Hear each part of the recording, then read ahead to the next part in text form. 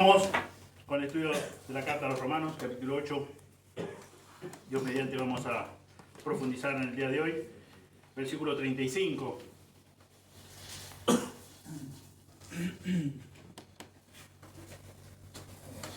Y vamos a leer a partir del versículo 28, que dice: y sabemos que a los que aman a Dios, todas las cosas les ayudan a bien, esto es, a los que conforme a su propósito son llamados, porque a los que antes conoció, también los predestinó para que fuesen hechos conformes a la imagen de su Hijo, para que Él sea el primogénito entre muchos hermanos. Y a los que predestinó, a estos también llamó, y a los que llamó, a estos también justificó, y a los que justificó, a estos también glorificó. ¿Qué pues diremos a esto? Si Dios es por nosotros, ¿quién contra nosotros? El que no escatimó a su propio Hijo, sino que lo entregó por todos nosotros, ¿cómo no nos dará también con Él todas las cosas? ¿Quién acusará a los escogidos de Dios? Dios es el que justifica. ¿Quién es el que condenará? Cristo es el que murió, más aún el que también resucitó, el que además está a la diestra de Dios, el que también intercede por nosotros. ¿Quién nos separará del amor de Cristo? ¿Tribulación, o angustia, o persecución, o hambre, o desnudez, o peligro, o espada? Como está escrito, por causa de ti somos muertos todo el tiempo. Somos contados como ovejas de matadero. Antes, en todas estas cosas, somos más que vencedores por medio de aquel que nos amó. Por lo cual estoy seguro que ni la muerte, ni la vida, ni ángeles, ni principados, ni potestades, ni lo presente, ni lo porvenir, ni lo alto, ni lo profundo, ni ninguna otra cosa creada nos podrá separar del amor de Dios, que es en Cristo Jesús, Señor nuestro. Amén. Señor, una vez más te damos muchas gracias por darnos esta hermosa oportunidad, este hermoso privilegio, Señor, de, en primer lugar, de ser llamados hijos tuyos. Gracias por los méritos de Jesús en la cruz. De no ser así, Señor, ninguno de nosotros podía ser llamados hijos tuyos, ninguno de nosotros podríamos formar el cuerpo de tu iglesia, que es tu iglesia, del cual tú eres la cabeza. Señor, gracias por una bendición tan grande. Señor, por esta salvación tan grande. Pedimos, Señor, que en la mañana de hoy también nos ayude, Señor, a entender, a comprender lo que tu palabra aquí, Señor, expresa en estos versículos que hemos dado de lectura. Señor, ayúdanos, Señor, como decía nuestro hermano, a concentrarnos, a no estar pensando en lo que pasó esta mañana, en lo que va a pasar en el resto del día, en lo que va a pasar el día de mañana, sino que estemos realmente concentrados, Señor, en ti, Señor, en lo que aquí, por quién estamos aquí. Señor, en el propósito por el cual estamos aquí, Señor, ayúdanos, Señor, a negarnos a nosotros mismos, a dejar de pensar en nosotros mismos y, Señor, y a concentrarnos en ti, Señor. Señor, como hemos mencionado una y otra vez, como dice tu palabra, que no sea por costumbre que estamos aquí, Señor, en esta mañana, sino que realmente, Señor, sea porque tú nos has elegido, tú nos has llamado, tú nos has justificado, y hoy, Señor, como consecuencia de eso, como de producto de ese nuevo nacimiento, Señor, estamos acá porque deseamos conocerte más, tenemos hambre de tu palabra, sé de ti, Señor. Pedimos en el precioso nombre de Jesús todo. Amén. Amén. Hoy en esta mañana estaremos considerando 7 circunstancias que parecen amenazar nuestra seguridad de salvación. 7 circunstancias que parecen amenazar nuestra seguridad de salvación. Una y otra vez el apóstol Pablo, como hemos dado lectura, nos brinda seguridad de salvación. Y después de lo que hemos ya estudiado, profundizado, de capítulo 8, Pablo ya ha establecido la imposibilidad absoluta que cualquier persona pueda impedirnos la salvación que tenemos por gracia y misericordia de Dios. Solo por la gracia de Cristo, gracias a los méritos de Jesús en la cruz. Él ya ha establecido eso. Lo hemos estudiado domingo tras domingo, versículo tras versículo. Es imposible que alguna persona, y aún hemos mencionado el obrar de Satanás como alguien mucho más poderoso que nosotros, no puede privarnos de una salvación que Dios nos ha dado en su divina gracia.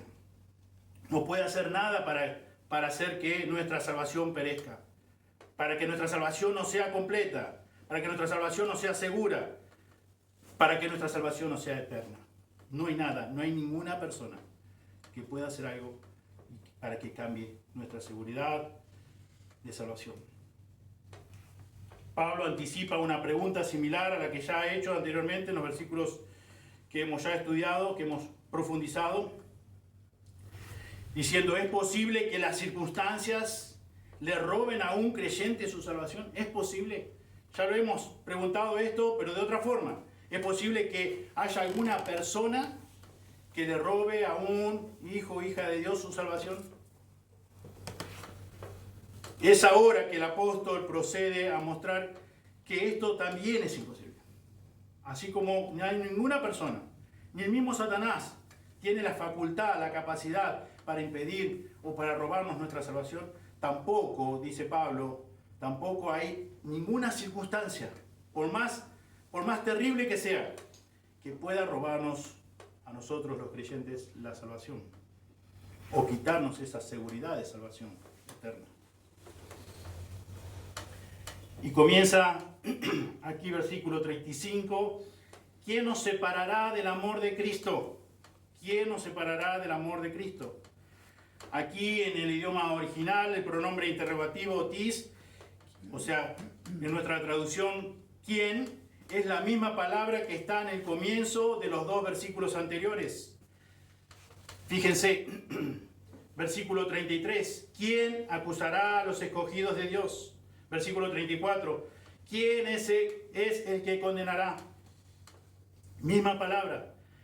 Pero también es importante notar que este término, en el idioma original, también puede significar ¿qué? ¿Qué?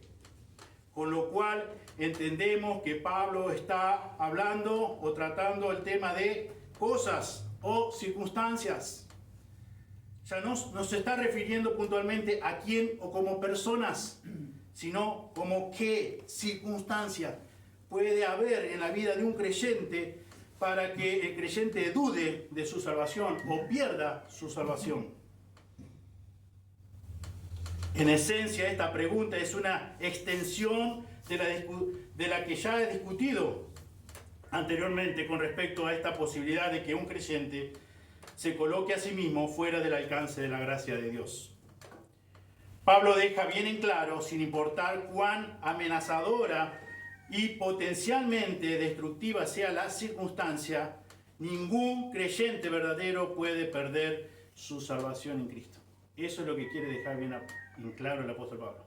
Ningún creyente, o sea, todos los creyentes podemos estar ciertísimamente seguros de nuestra salvación en Cristo. Porque nuestra salvación, como veíamos la semana pasada, ha sido completa o completada por Dios. Ahora, es más, en este momento estamos en un proceso de santificación, el cual ya el apóstol Pablo viene diciendo que ya hemos sido glorificados.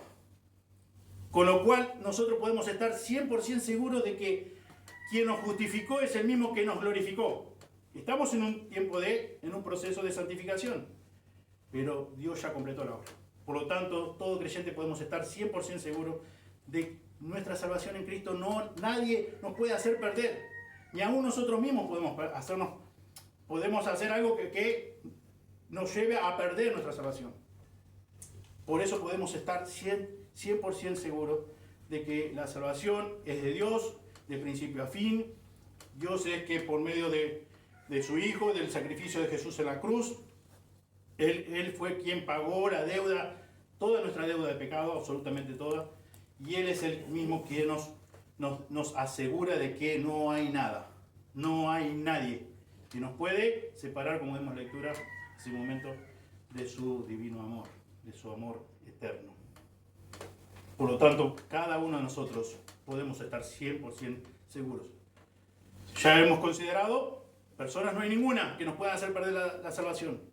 Tampoco hay circunstancias, por más amenazadora o por más destructiva que a nosotros nos parezca. Ningún creyente verdadero puede perder su salvación en Cristo. Es por eso que aquí en el versículo 35 de Romanos 8, Pablo hace una lista, enumera 7 circunstancias que los creyentes fieles pueden atravesar mientras continúan de este lado de la eternidad, en este cuerpo, en esta tierra. Y en primer lugar debemos notar que el amor de Dios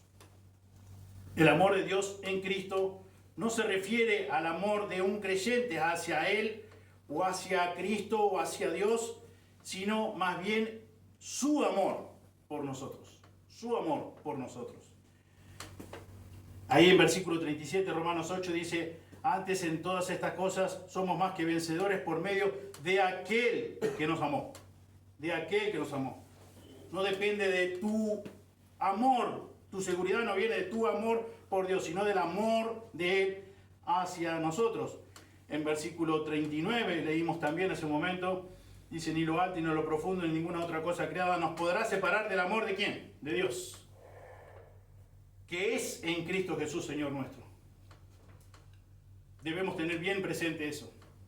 Debemos notar con total claridad que es el amor de Dios. Dios es quien nos amó. Cuando ya estudiamos hace varios domingos atrás que Él nos eligió, que Él nos llamó, que Él nos predestinó, que Él nos conoció, Él nos amó. Él nos amó. Con su amor incondicional y eterno. Después nosotros administramos ese amor. Y con ese amor debemos amarnos unos a otros. Y debemos amar, dice, aún a nuestros enemigos. Con ese amor, con el que Dios nos alcanzó. Pero no se generó a nosotros. No depende de tu amor por Dios, sino del amor de Dios hacia vos, hacia mí. Por lo tanto, ninguna persona puede amar a Cristo sin antes haber experimentado el nuevo nacimiento, la nueva naturaleza dada por Dios. Ningún ser humano, ninguna persona puede amar a Cristo si antes Dios no lo amó a Él, no te amó a ti, no me amó a mí. Si no tuve el nuevo nacimiento dado por Dios, si Dios no me declaró justo, no te declaró justa, si Dios no te regaló esa nueva naturaleza, no puedes amar a Dios. No puedes amar, no puedes conocer el amor de Dios. No puedes, obviamente, administrar el amor de Dios. Primera de Juan nos dice justamente eso, en capítulo 4, versículo 19.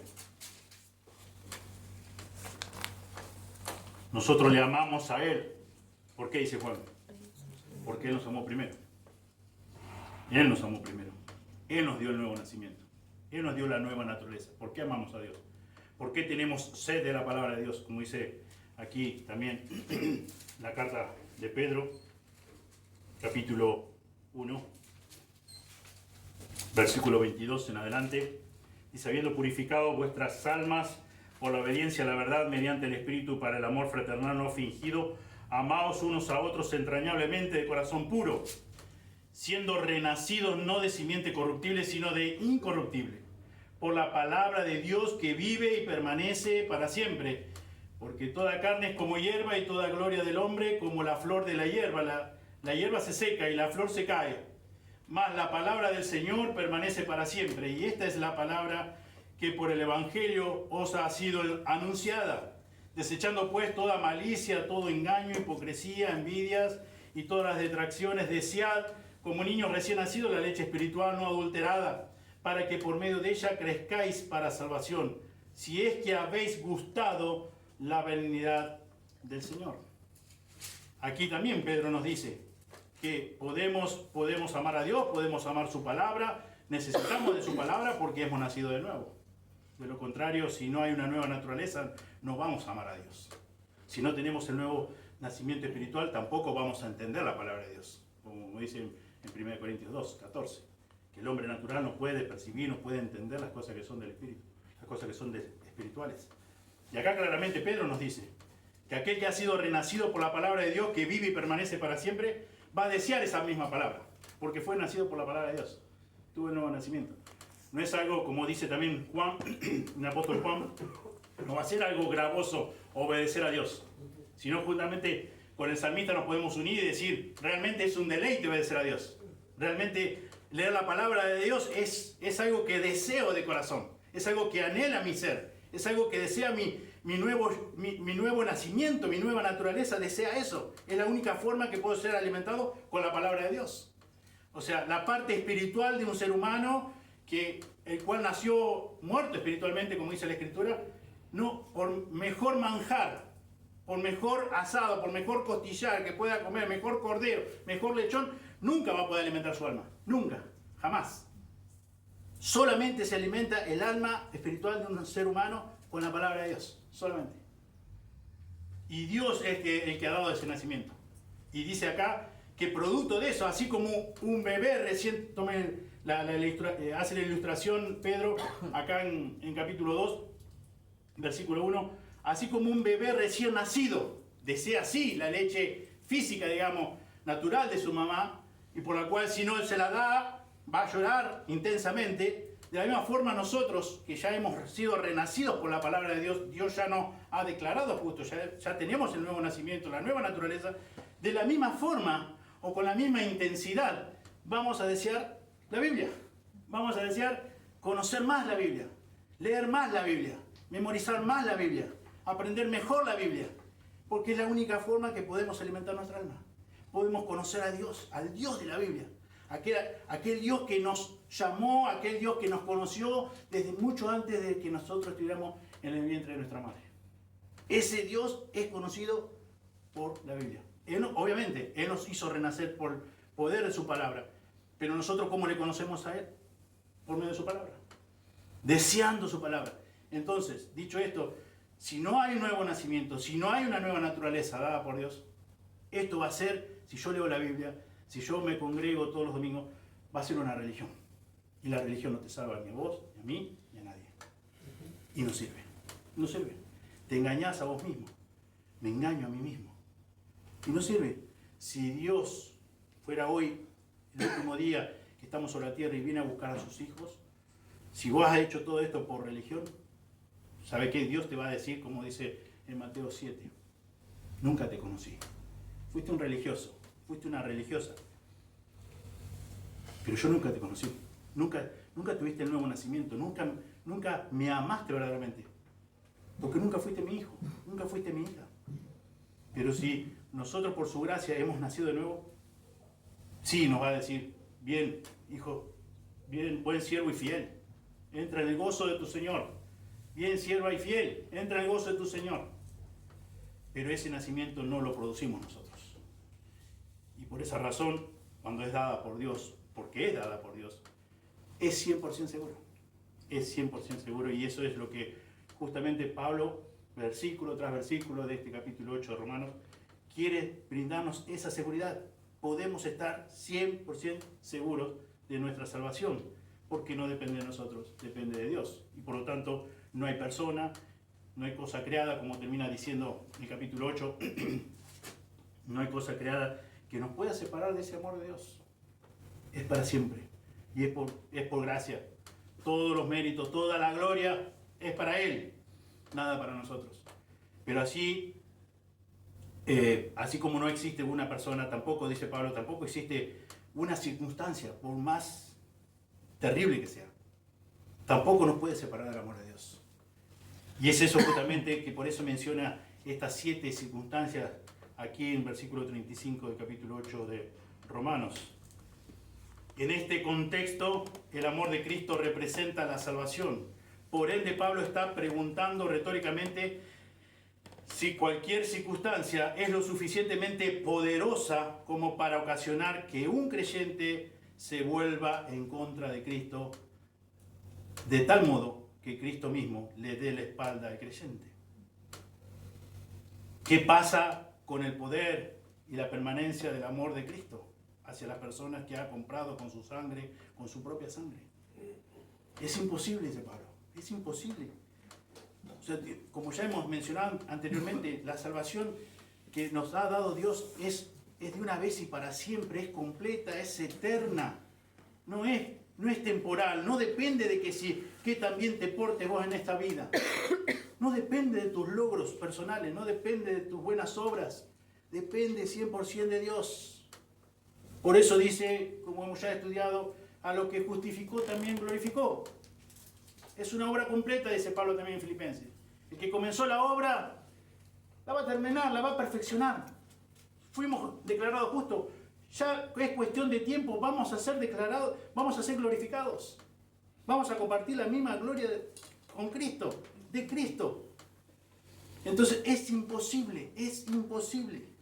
Entonces se toma, como decimos nosotros, se toma el trabajo del apóstol Pablo de mencionar circunstancia tras circunstancia para dejarnos en claro que pensemos lo que pensemos, no hay nada. No hay persona y no hay circunstancia que nos pueda separar del amor de Dios que es en Cristo Jesús, Señor nuestro.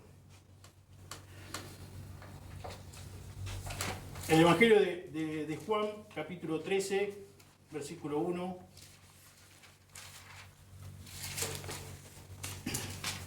Dice, antes de la fiesta de la Pascua, sabiendo Jesús que su hora había llegado para que pasase de este mundo al Padre, como había amado a los suyos que estaban en el mundo, los amó hasta el fin. Juan nos informa que el fin no se refiere simplemente al fin de la vida terrenal de Jesús, sino al fin de la vida de cada creyente en esta tierra. Hoy leímos unos versículos, o un solo versículo de Primera de Juan. Volvamos allí, Primera de Juan 4. Versículo 9 al 10, y dice, en esto se mostró el amor de Dios para con nosotros, en que Dios envió a su Hijo unigénito al mundo, para que vivamos por Él. En esto consiste el amor, no que nosotros hayamos amado a Dios, sino en que Él nos amó a nosotros y envió a su Hijo en propiciación por nuestros pecados. Y versículo 17 dice, en esto se ha perfeccionado el amor en nosotros, para que tengamos confianza en el día del juicio. Claramente el apóstol Juan nos dice que en esto consiste el amor, no en que nosotros hayamos amado a Dios, sino en que Él nos amó a nosotros y envió a su Hijo en propiciación por nuestros pecados. Él es el que realmente nos amó, como leímos en Juan 13, nos amó hasta el fin. Nosotros tenemos confianza al enfrentar la muerte porque sabemos que el amor de Cristo es indestructible, el cual nos une a Él por toda la eternidad. Fíjense que dice 2 de Tesalonicenses 4, no, perdón, 2 de Tesalonicenses 2, 2 de Tesalonicenses 2, 16 al 17. Y el mismo Jesucristo, Señor nuestro, y Dios nuestro Padre, el cual nos amó y nos dio consolación eterna y buena esperanza por gracia, conforte vuestros corazones y os confirme en toda buena palabra y obra. Y el mismo Jesucristo, Señor nuestro, y Dios Padre, y Dios nuestro Padre, el cual nos amó y nos dio consolación eterna y buena esperanza por gracia. Por definición, obviamente sabemos que lo que es eterno nunca puede terminar. Y dice Dios, terminamos de leer, que nos ha dado esperanza eterna, consolación eterna. Él es el que promete. 7 circunstancias que menciona aquí en el versículo 35, el apóstol Pablo dice, la primera circunstancia que aquí menciona es la tribulación, y transmite la idea de ser exprimido o colocado bajo presión. Exprimido o colocado bajo presión. ¿Cuántas veces nosotros tenemos que atravesar circunstancias así? Adversidades así, difíciles de atravesar.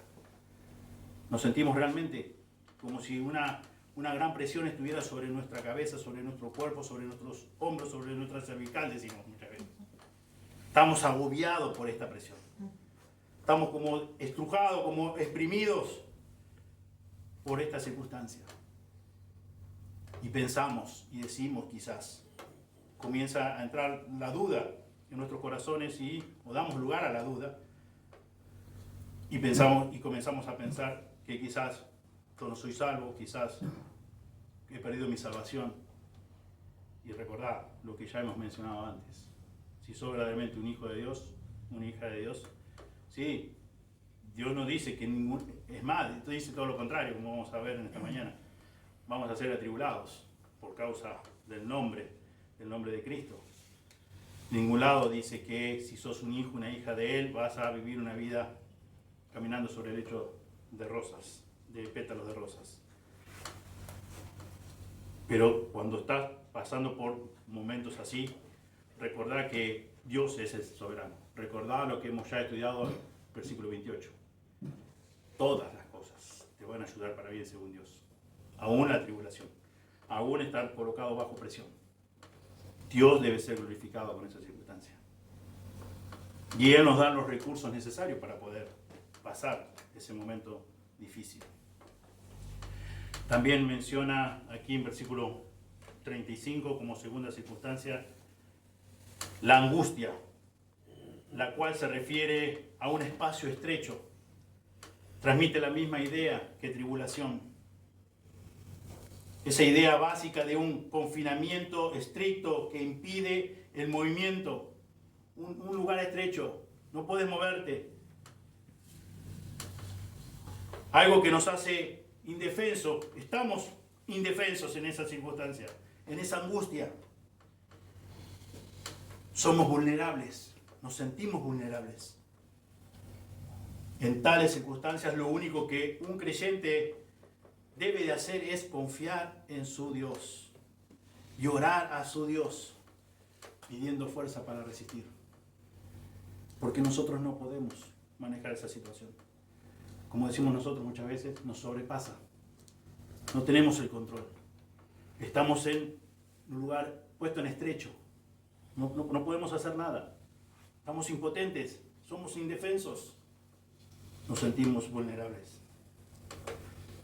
La tercera circunstancia que menciona aquí el apóstol es la persecución. Y se refiere a toda aflicción sufrida por causa de Cristo. Por eso, como dije recién, si alguien te dijo que por ser un hijo, una hija de Dios, no vas a sufrir persecución, te mintieron. Te mintieron. La Biblia habla de persecución y vamos simplemente a ver dos citas aquí. Una se encuentra en Mateo 5, versículos 10 y 12. Cuando Jesús dice, bienaventurados los pacificadores versículo 10. Bienaventurados los que padecen persecución por causa de la justicia, porque de ellos es el reino de los cielos. Y versículo 11, bienaventurados sois cuando por mi causa os vituperen y os persigan y digan toda clase de maldad contra vosotros. Entiendo. Bienaventurados sois cuando por mi causa os persigan. Persecución. Bienaventurados los que padecen persecución por causa de la justicia, por causa de Cristo. Bienaventurados. Nosotros por naturaleza no decimos eso. Nosotros no queremos la persecución. Realmente no la queremos. Pero muchas veces Dios, porque realmente quiere nuestro bien verdadero, manda persecución. Nos manda persecución. Y nosotros a veces cuando hablamos de persecución pensamos en que sean abiertas las puertas y venga alguien con un arma de fuego y diga, bueno, los que quieren salvar su vida, blasfemen en el nombre de Cristo, en el nombre de Dios. Pero quizás no llegamos todavía a ese momento, a esa circunstancia así tan extrema. Pero sí, en nuestro trabajo, con nuestros familiares, cuando realmente buscan formas o motivos o razones para hacerte sentir incómodo, para ver qué decís vos en esa circunstancia. Te estás siendo perseguido por causa del nombre de Cristo. Y es una muy buena oportunidad para ver si realmente si amás la palabra de Dios, si realmente conoces el amor de Dios, si administrás el amor de Dios, si ya fuiste declarado justo o no, si realmente sos un hijo o no. Es una oportunidad para presentar el Evangelio para anunciarle a esa persona o a esas personas que están perdidas. Que la única forma de poder ser salvas, de ser libres de su merecido castigo en el infierno, es creer en el Evangelio, es arrepentirse y creer en el Evangelio. Pero Dios dice aquí que somos bienaventurados cuando por su causa nos persigan. Y también ver en el libro de los Hechos, capítulo 5,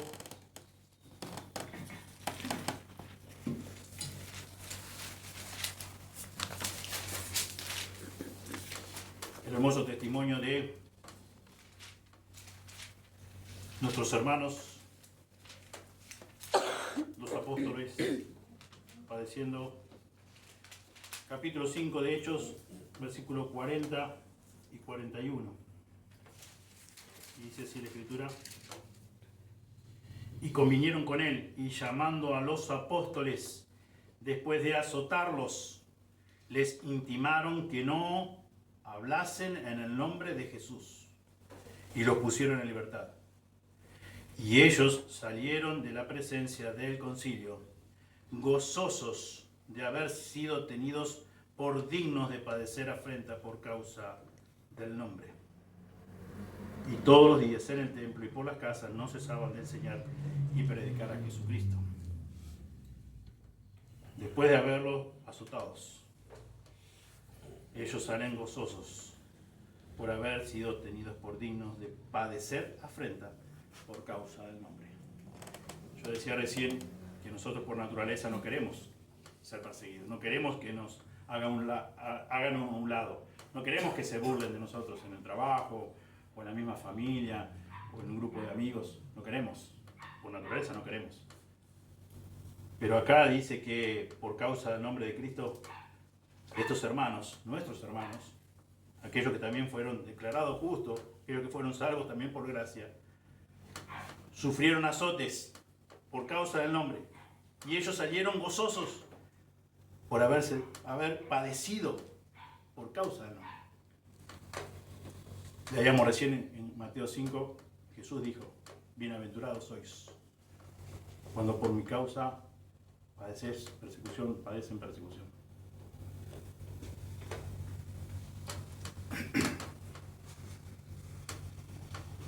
Si realmente sos un hijo, una hija de Dios, como dije hace unos minutos atrás, no va a ser las cosas espirituales una imposición, llevarla a cabo. Tengo que hacer esto, tengo que hacer lo otro, tengo que ir allá, tengo que leer, tengo que memorizar, tengo que estudiar, tengo que escuchar, tengo que... tengo. Si no va a ser realmente deseo. ¿Por qué? Porque hay una nueva naturaleza. Y si hay una nueva naturaleza, voy a hacer todo lo que está a mi alcance para nutrirme más de la palabra de Dios. Cada día, en su palabra, abriendo la Biblia, leyéndola, y en cada reunión participando también, para escuchar, para nutrirme más, para aprender más de la palabra de Dios. No voy a querer perderme un estudio. ¿Por qué? Porque voy a hacer todo lo posible para poder estar, para poder disfrutar de su palabra, porque deseo su palabra. Tengo sed de su palabra.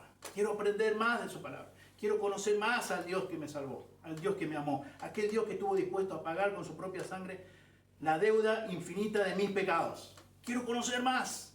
Quiero alinear más mi vida para agradarle más a Él, porque eso es lo que realmente tiene sentido.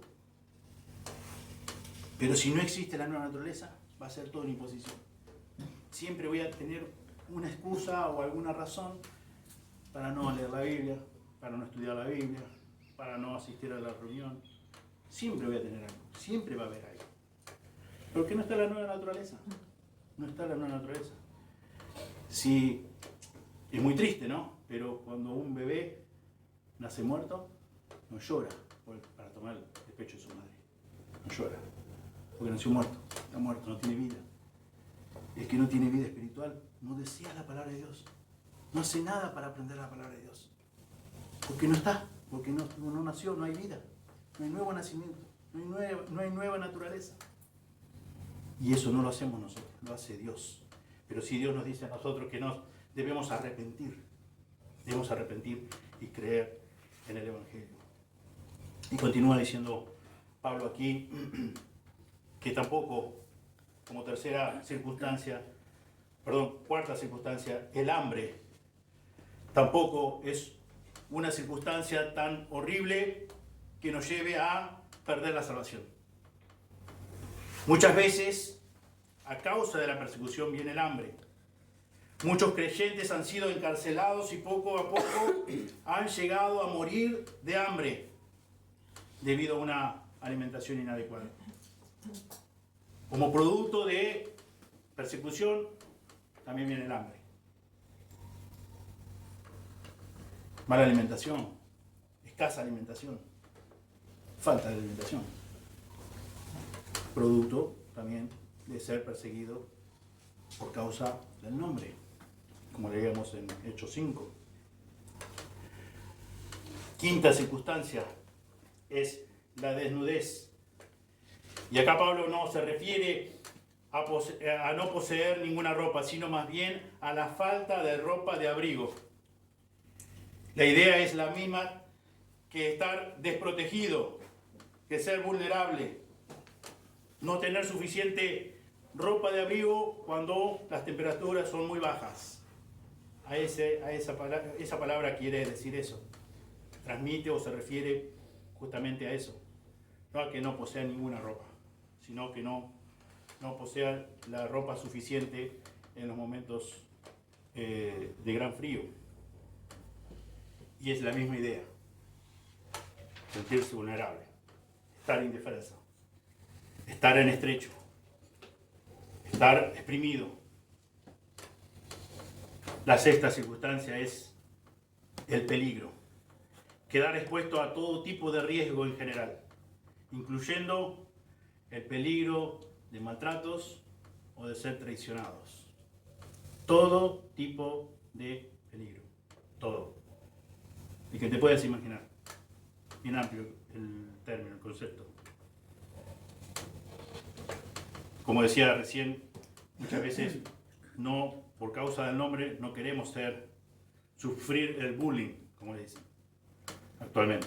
Sufrir el desprecio, sufrir la burla, sufrir maltrato. Muchos no quieren eso. No quieren sufrir eso. Y también manifiestan si verdaderamente son hijos de Dios o no son hijos de Dios.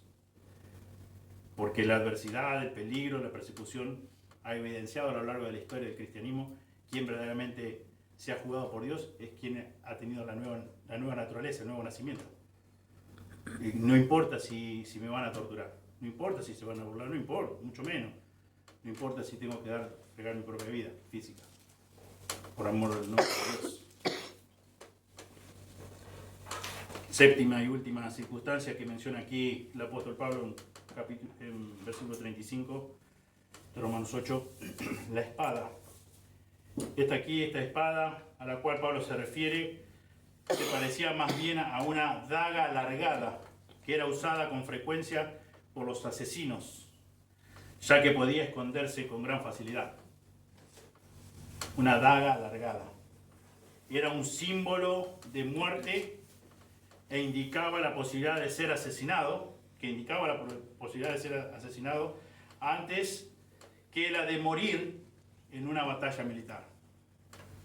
Era, digamos, el arma que usaban los asesinos de aquel momento. Por eso Pablo hace referencia a esta circunstancia llamada la espada, usada por los asesinos. Un símbolo de muerte, como dije recién. Por causa del nombre de Cristo, no solamente se pueden burlar, se pueden hacerte a un lado, dejarte a un lado, ser maltratados, ser torturados o también perder la vida física.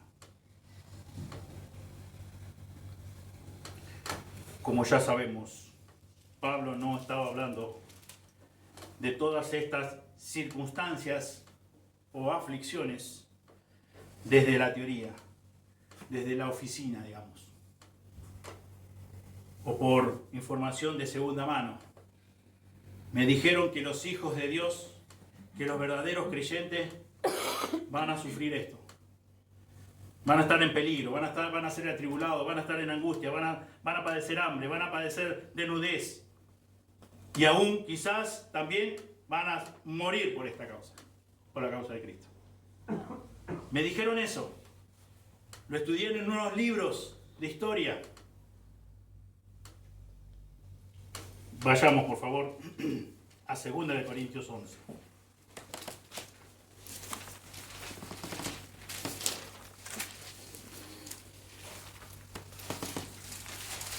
Versículo 23 al 27. Y dice la Escritura así. Son ministros... Perdón. Sí. Son ministros de Cristo, como si estuvieran loco hablo.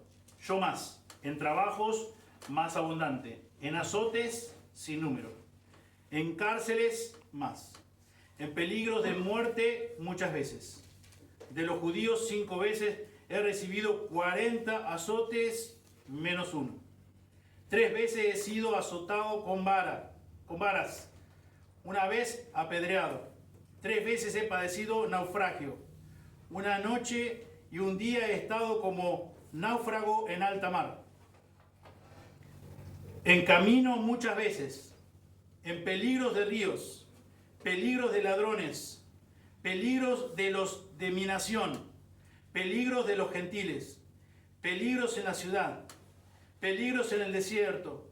Peligros en el mar. Peligros entre falsos hermanos, en trabajo y fatiga y muchos desvelos. En trabajo y fatiga, en muchos desvelos, en hambre y sed, en muchos ayunos, en frío y desnudez. Esto no lo escribió desde la oficina. Esto no lo recibió de segunda mano, de una información de segunda mano. Esto lo vivió. Y esto lo vivió y él dijo, he sufrido mucho más que ustedes. ¿Cuántas veces menciona la palabra peligros, azotes, naufragios, peligros de ladrones, peligros de todo tipo, trabajo, fatiga, hambre, sed, angustia? ¿Cuántas veces? Mucho más, dice Pablo. Mucho más.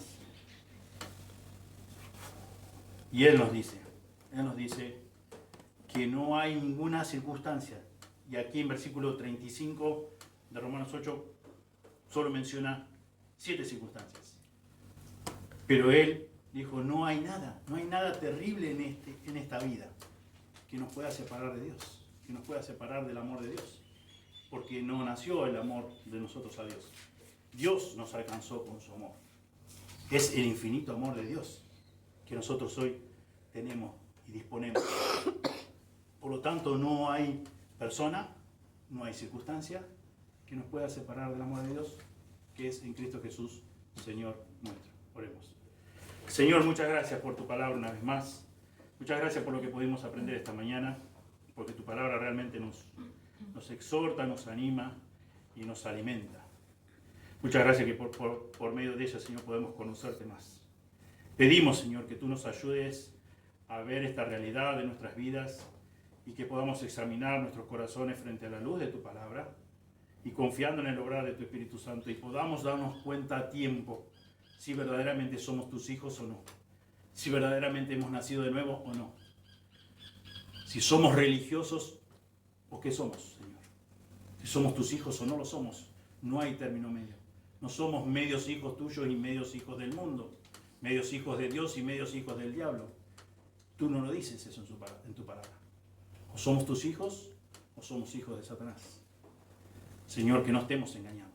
Es mi oración, es mi ruego, mi súplica en esta mañana para que realmente podamos tener bien en claro, entender con total claridad que si somos tus hijos o no.